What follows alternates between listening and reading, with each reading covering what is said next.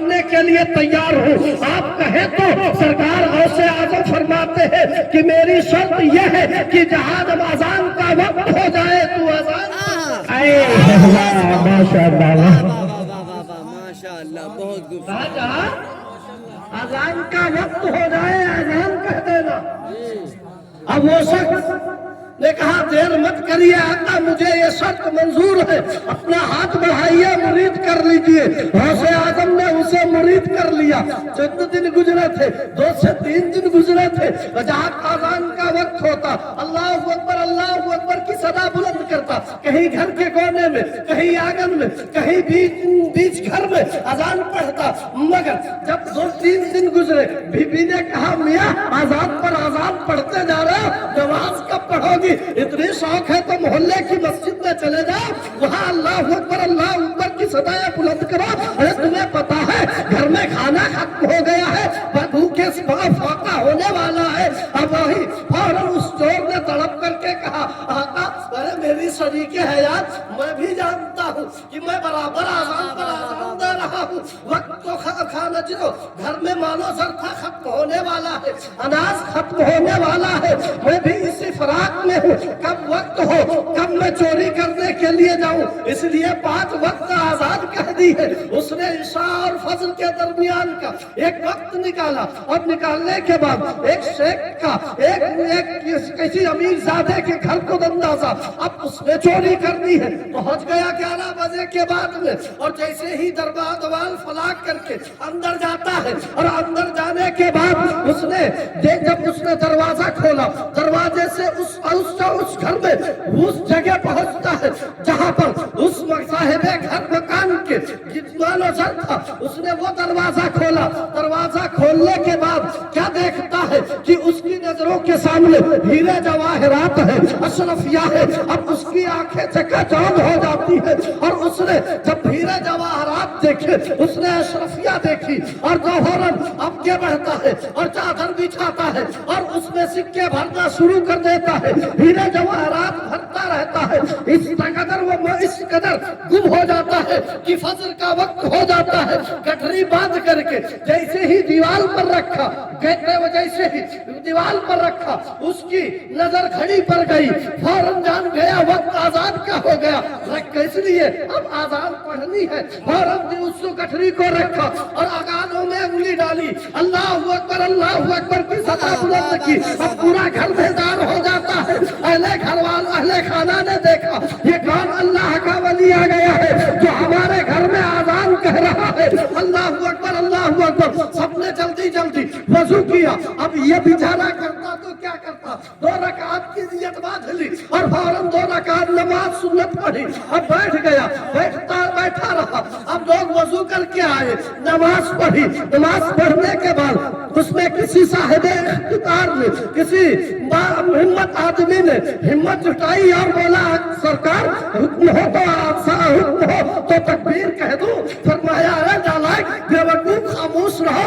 جوڑ کر کے بولا تمہیں تکبیر کی پڑی ہے؟ اللہ اکبر. پھر اس نے کہا وقت دیکھیے بہت مختصر ہے, سورج نکلنے والا ہے, سرکار کہیے تو تکبیر کہہ دوں. تب اس نے کہا اب تو کوئی موقع اور کوئی بہانہ نہیں. جھجوڑ کر کے بولا کہیے فوراً تکبیر کہیے. اس نے تکبیر کہا. اب اس نے نماز پڑھائی. اب آپ آگے کا جملہ سنیں, آگے کی بات آپ سنیں. سرکار غوث اعظم رضی اللہ عنہ اپنی خانقاہ میں اپنے مریدوں کے ساتھ بیٹھے مسکرا رہے تھے. سرکار غوث اعظم نے فرمایا میں اس کی 2 مان کر نہ پھنسا, وہ میری 1 مان کر پھنس گیا. اللہ اکبر. جیسے ہی غوث اعظم مسکرائے اور اس نے نماز پڑھی, اہل خانہ نے ان کے قدموں کو چوما, اور اس نے غوث اعظم کے حجرے کی جانب رک کر کے عرض کیا آقا آپ کی میں 1 مان کر کے پھنس گیا, مگر آقا 1 وقت کی میں نے نماز پڑھی تو اس گھر والوں نے میرے قدم بوسی کی, کسی نے ہاتھ چوما. اگر میں 5 وقت کی نماز پڑھنے لگوں تو میرا نعرے تکبیر, نعرے رسالت, مسلک اعلیٰ حضرت, پیغام اعلیٰ حضرت, پیغام اعلیٰ حضرت, غوث الورا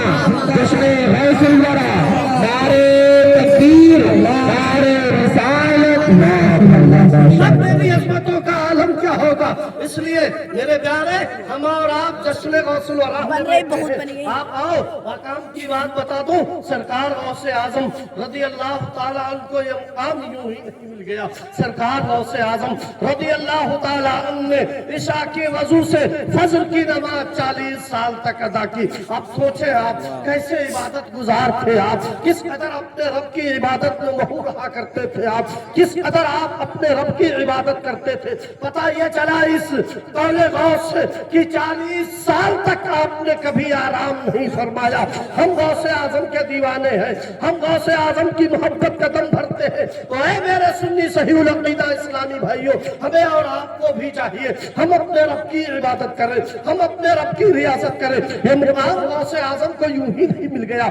سرکار غوث اعظم فرماتے ہیں جب میں مشاہدے کے لیے جب مجاہدہ کر رہا تھا تو جانتے ہو تو میں جنگلوں میں دوڑتا تھا، اور جب بھوک لگتی تھی تو میں پتوں کو اٹھا کر کے کھایا کرتا تھا، یہاں تک کہ جب بھوک میں زیادہ بے قرار ہوتا تھا تب میں درخت کی چھال کو چھڑا کر کے کھایا کرتا تھا۔ الجیزان ملت اسلامیہ سرکار غوث اعظم رضی اللہ تعالیٰ عنہ کا مقام، اللہ اکبر، وہ غوث اعظم جو اپنی ماں کی گود سے چھلانگ لگائے تو آسمان کے سورج میں گم ہو جائے، وہ غوث اعظم جو انگلی کا اشارہ فرما دے تو 12 سال کی ڈوبی ہوئی کشتی نکل آئے۔